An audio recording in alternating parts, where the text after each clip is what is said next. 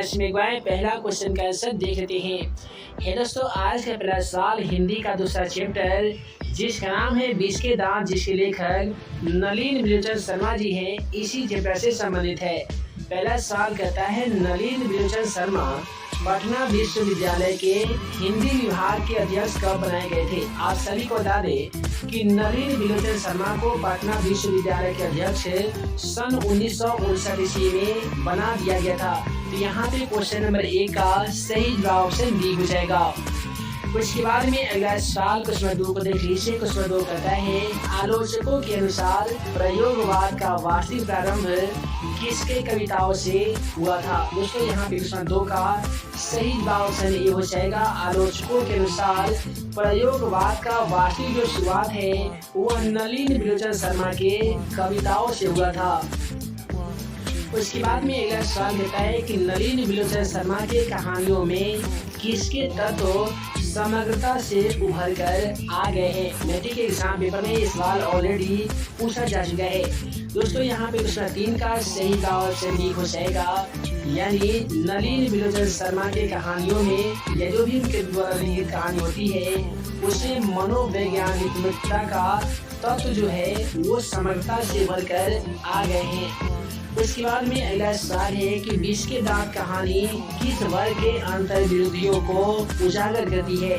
दोस्तों, ये भी सवाल मैट्रिक के एग्जाम पेपर में पूछा गया था कि बीस के दांत कहानी जिसके लेखक नलिन बिलोचन शर्मा जी हैं, यह कहानी किस वर्ग के अंतर विरोधियों को उजागर करती है? तो यहाँ पे क्वेश्चन का सही जवाब ऑप्शन सी हो जाएगा। यानी बीस के दांत कहानी मध्यम वर्ग के अंतर विरोधियों को उजागर करती है। तो इसके बाद में अगला सवाल क्वेश्चन 5 कहता है कि खोखा खोखी किस भाषा का शब्द है? आप सभी बता दें कि यह एक बांग्ला भाषा का शब्द है, क्योंकि नलिन बिलोचन शर्मा इनका भी जन्म बांग्ला यानी बंगाल में हुआ था। उसके बाद में क्वेश्चन 6 कहता है कि सेन साहब की कितनी लड़कियां थी? दोस्तों, आप सभी बता दें कि सेन साहब को कुल 5 लड़कियां थी। यहाँ पे क्वेश्चन नंबर 6 का सही जवाब ऑप्शन सी हो जाएगा। उसके बाद में अगला सवाल क्वेश्चन 7 देख लीजिए। क्वेश्चन 7 कहता है, सोफर शब्द का क्या अर्थ होता है? दोस्तों, इस कहानी में बताया गया है कि सोफर का मतलब होता है ड्राइवर। क्वेश्चन का सही जवाब ऑप्शन डी हो जाएगा, ड्राइवर। उसके बाद में अगला सवाल क्वेश्चन 8 कहता है कि ऐसे ही लड़के आगे चलकर गुंडे, चोर और डाकू बनते हैं। यह प्रतीक की इस कहानी के पाठ में कही है।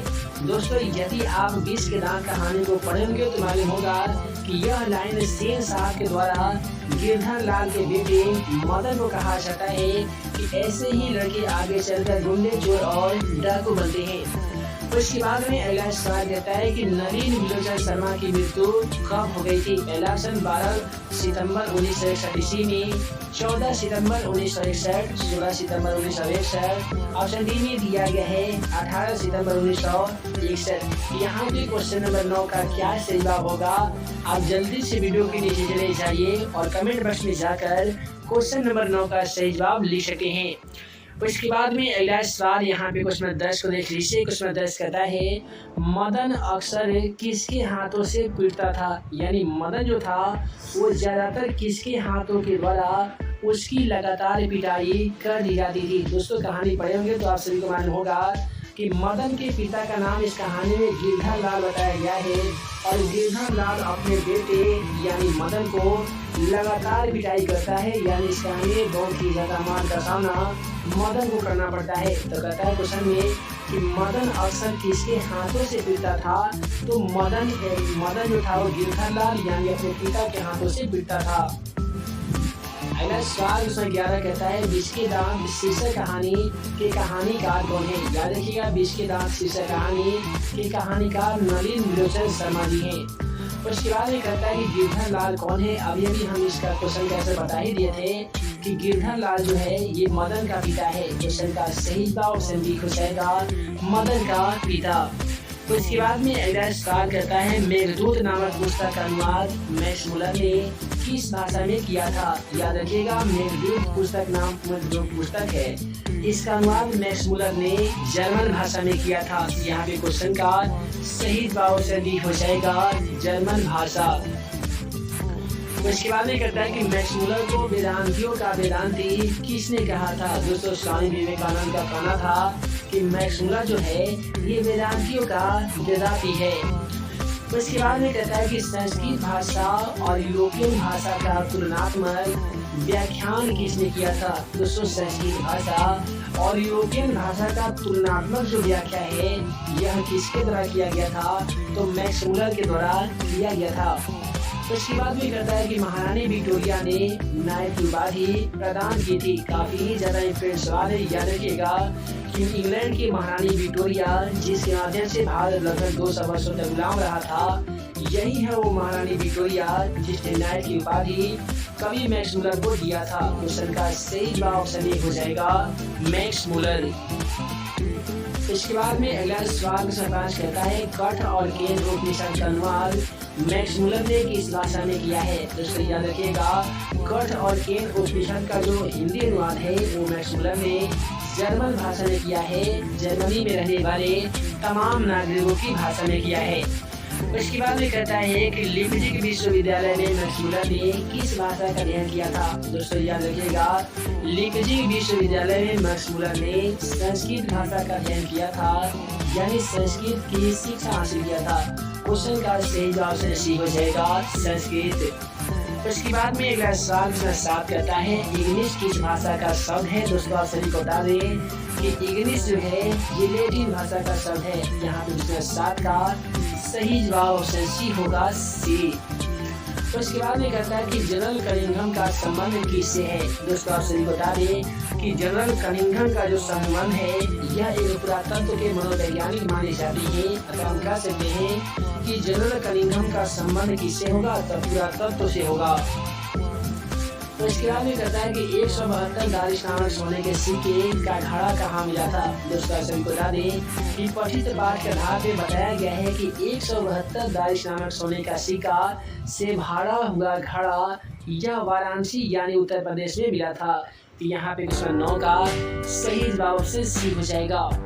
उसके बाद में कहता है नालंदा विश्वविद्यालय कहाँ पे स्थित है। आप सभी को बता दें नालंदा विश्वविद्यालय बिहार में स्थित है और बिहार का एक सुप्रसिद्ध जिला जिसका नाम है नालंदा, यहीं पे सबसे पहले विश्वविद्यालय की स्थापना की गई थी।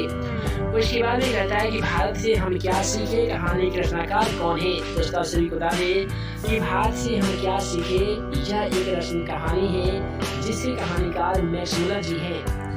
इसके बाद में कहता है कि नृवंश विद्या का संबंध किससे है। दोस्तों नृवंश विद्या का जो संबंध है वो मानव विज्ञान से है। क्वेश्चन का सही जवाब ऑप्शन सी हो जाएगा मानव विज्ञान। अगला सवाल कहता है वारेन हेस्टिंग्स था।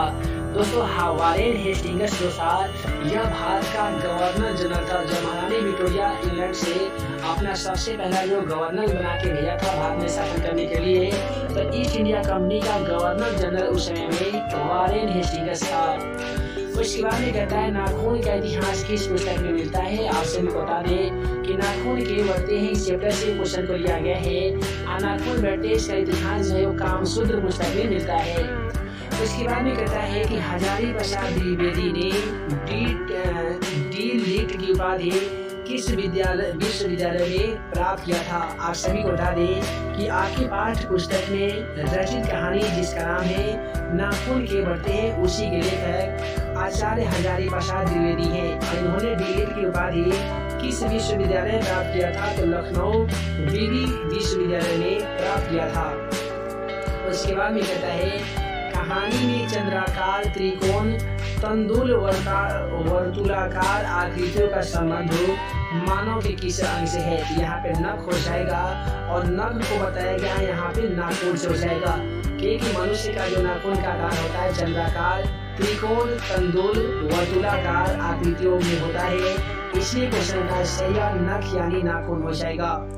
उसके बाद में कहता है अलक्त का अर्थ क्या होता है। दोस्तों अलक्त का अर्थ होता है आलता, जो खास करके लड़कियों के द्वारा उंगलियों पर लगाई जाती है।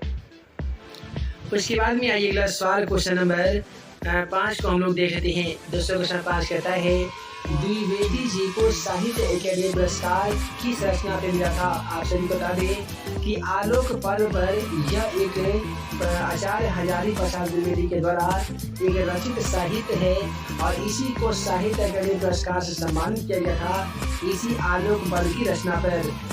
उसके बाद में कहता है प्राचीन मानव का प्रमुख अर्थ क्या था? देखिए, प्राचीन मानव यानी बीते हुए समय में जो भी इंसान हुआ करते थे, मानव हुआ करते थे, उनका लड़ने के लिए अपने शरीर की रक्षा करने के लिए जो हथियार के रूप में काम करता था वो नाखून था।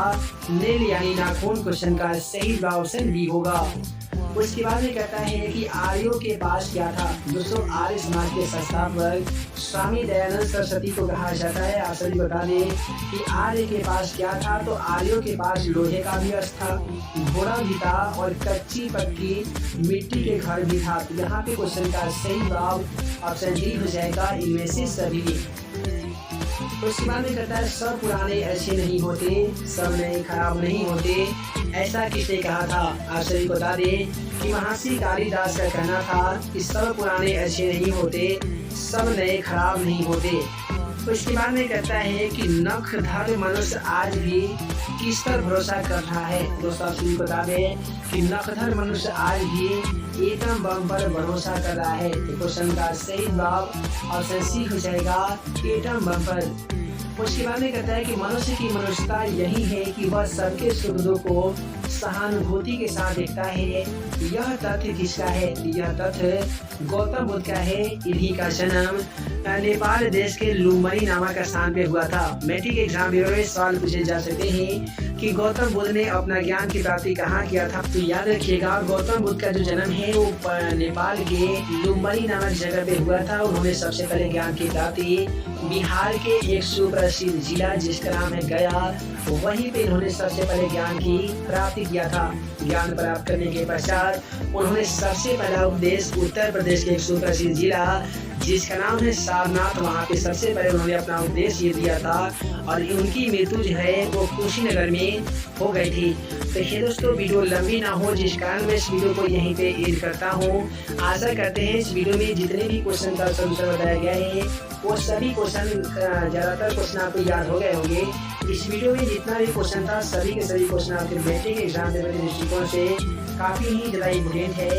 इस वीडियो का पीडीएफ डाउनलोड करने का लिंक डिस्क्रिप्शन बॉक्स में दे दिया गया है। आप पीडीएफ डाउनलोड करके तमाम क्वेश्चन को याद कर लीजिए ताकि मैट्रिक के एग्जाम पेपर में ये जैसे ही सवाल आपको देखने को मिले आप उसका सटीक एवं शुद्ध आंसर दे सके। तो हम जल्द मिलेंगे ऐसे ही 10वीं कक्षा का सभी सेट का VVI ऑब्जेक्टिव तथा सैनिटरी क्वेश्चन के वीडियो लेक्चर के साथ। तब तक के लिए आप सभी को वीडियो देखने के लिए बहुत बहुत धन्यवाद।